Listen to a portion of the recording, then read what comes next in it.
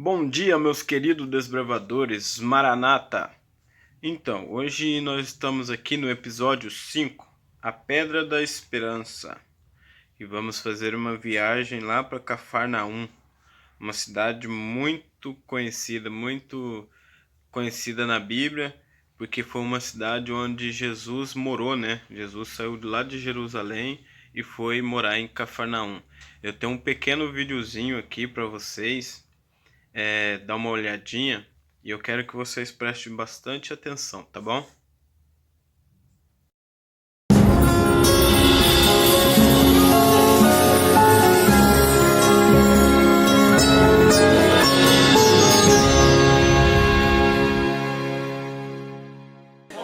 Olá pessoal, tudo bem? O dia está declinando, a noite está quase chegando aqui em Israel e eu estou em Cafarnaum. A Bíblia descreve Cafarnaum como a cidade em que morou Jesus. O Evangelho de Mateus fala que Jesus deixou Nazaré e foi habitar em Cafarnaum, uma cidade que ficava à beira-mar.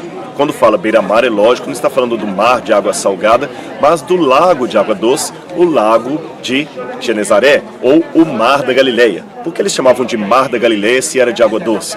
É porque o grande volume d'água que aqui havia, que há até hoje, para o povo daquela época era um grande mar. Mas aqui eu estou nos restos arqueológicos da cidade de Cafarnaum. Você vê muitas pessoas visitando aqui. Há grupos coreanos, chineses, italianos, brasileiros, alemães, de todas as partes do mundo que vêm para esse lugar por uma razão muito especial. O grande mestre, o rei dos reis, o senhor dos senhores, o maior rabino de todos os séculos, morou aqui nessa cidade. Jesus. Costume, nossa classe bíblica tem sempre umas perguntinhas aqui e vamos lá nelas, né? Gostaram ali da explicação do nosso pastor Rodrigo? Pois é, ele é uma pessoa muito inteligente e ele está sempre na Novo Tempo fazendo o programa Evidências. Ele faz pesquisas, ele vai em lugares assim extraordinários, tanto que os lugares que ele vai, muitas vezes se encontra aqui para nós estudar na semana sobre isso. E é bem legal, vocês vão gostar. Começa a seguir ele lá no canal dele Evidências, lá no YouTube. Vai ser de ótimo conhecimento para vocês. Vamos lá. Antes de nós abrir a nossa Bíblia, vamos fazer uma oração. Querido Deus, amado Pai, obrigado, Senhor, por esse dia maravilhoso, por esse domingo abençoado que o Senhor tem a nos proteger dessa epidemia. Que o Senhor abençoe cada pessoa que estão em casa pedindo para que essa epidemia passe logo, para que possamos voltar para a igreja, abraçá-lo, rever os irmãos, amigos, voltar para o clube. Que o Senhor abençoe cada desbravador e cada pessoa que vai nos assistir. Em nome de Jesus, amém. Vamos lá. Aqui tá para decifrando o mapa. Aí tem uma perguntinha aqui que fala: que elemento compõe a vida humana? E lá em Gênesis tem essa resposta. Vamos procurar lá em Gênesis. Aqui na minha Bíblia fala assim, ó. Gênesis capítulo 2, versículo 7. Então formou o Senhor Deus ao homem do pó da terra e lhe soprou nas narinas o fôlego de vida, e o homem passou a ser uma alma vivente. Então aqui essa pergunta é simples de se responder. Aqui fala assim, ó, a resposta que eu coloquei aqui fala. Não, primeiro eu vou ler a pergunta para vocês entenderem a resposta, né? Que elemento compõe a vida humana? Eu coloquei aqui o fôlego de vida. Então, quer dizer que o único elemento que nos dá a vida, que nos deu a vida, foi o fôlego de vida. Quando Jesus nos formou ali do pó da terra, ele soprou em nossas narinas o fôlego de vida. Para entendermos a morte, precisamos conhecer como surgiu a vida. A Bíblia ensina que a vida humana é composta de dois elementos: terra e fôlego de vida. O resultado da soma desses elementos é alma vivente. Então nós somos uma alma vivente, né? Para onde o ser humano vai quando morre? Aqui é mais uma perguntinha. Lá em Gênesis capítulo 3, versículo 19, tem uma respostinha para nós. Aqui fala assim, ó: no suor do rosto comerás o teu pão, até que tornes a terra, pois dela foste formado, porque tu és pó e ao pó tornarás. Então, para onde o ser humano vai quando morre? O ser humano volta pro pó da terra.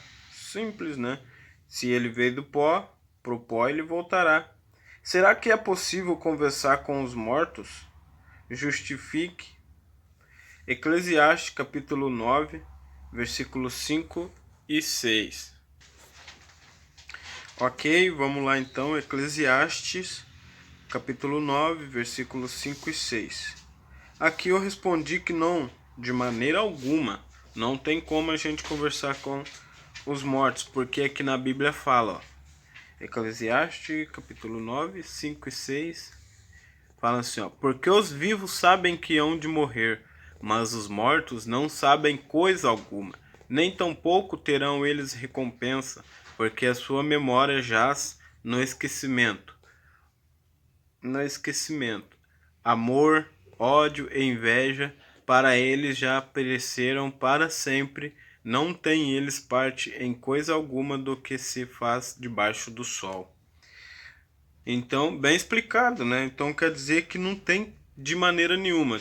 Assim, tipo, tem gente que fala assim, eu vou ali porque eu vi uma assombração. Não existe assombração, não existe as pessoas falar que o pai se reencarnou, a mãe se reencarnou, algum do familiar veio aqui e falou alguma coisa para ele depois que morreu, porque não existe. Os mortos não tem como voltar à terra, porque do pó ele surgiu e pro pó ele voltará.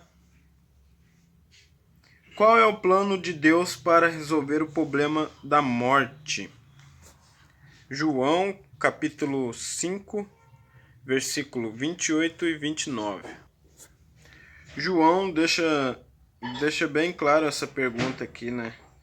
Porque eu respondi ela assim, ó: os que morreram nele viverá, e os que morreram no pecado morrerás, certamente morrerás. Mas aqui em João, capítulo 5, versículo 28 e 29, deixa bem claro pra gente, ó.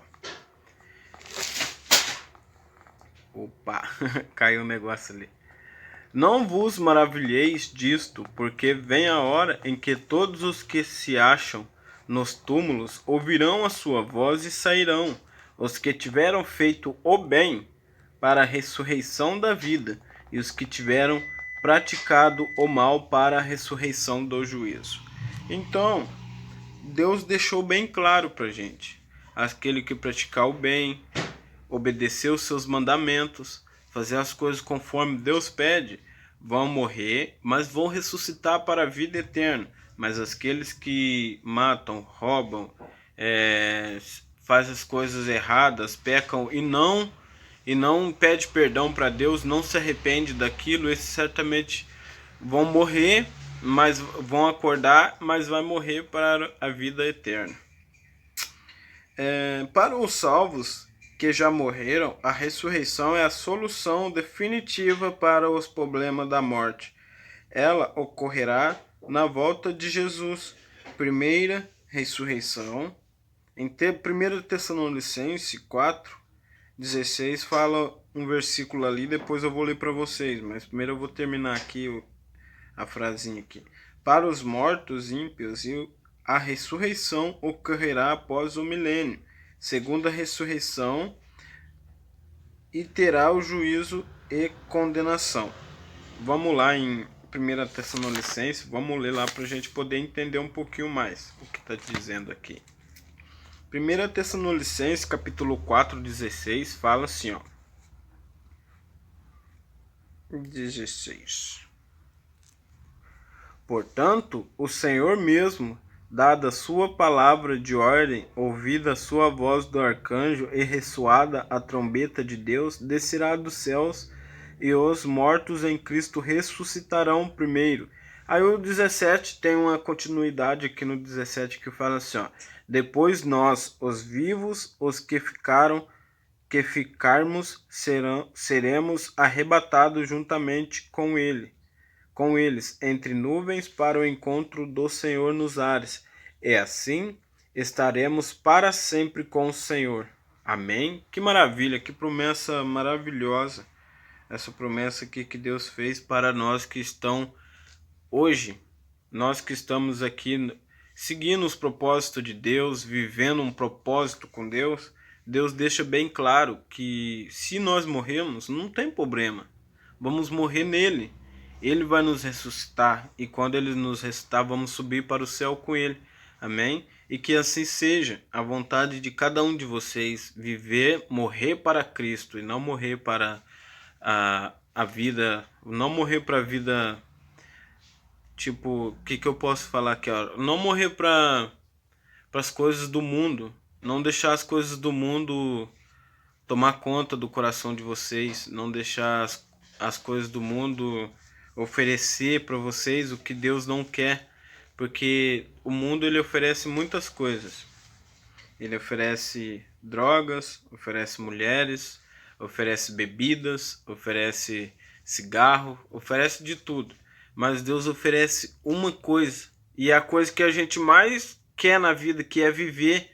E Jesus oferece a vida eterna, vida com abundância. E vamos viver isso, né? Aqui tem uma atividadezinha. Se vocês fizeram, depois vocês me mandam as fotinhas para mim. Manda as fotinhas para mim da atividade, mostrando assim, ó, pra gente poder colocar nas fotos do Facebook, mostrando o caderninho assim, que a atividade foi feita e o caderno da atividade também. Aí aqui tem o código secreto. Depois, lá no grupo eu vou mandar para vocês os códigos secretos, que eu tenho todos os códigos aqui. É muito importante a gente ter. Então, que Deus abençoe cada um de vocês e até a próxima. Tchau.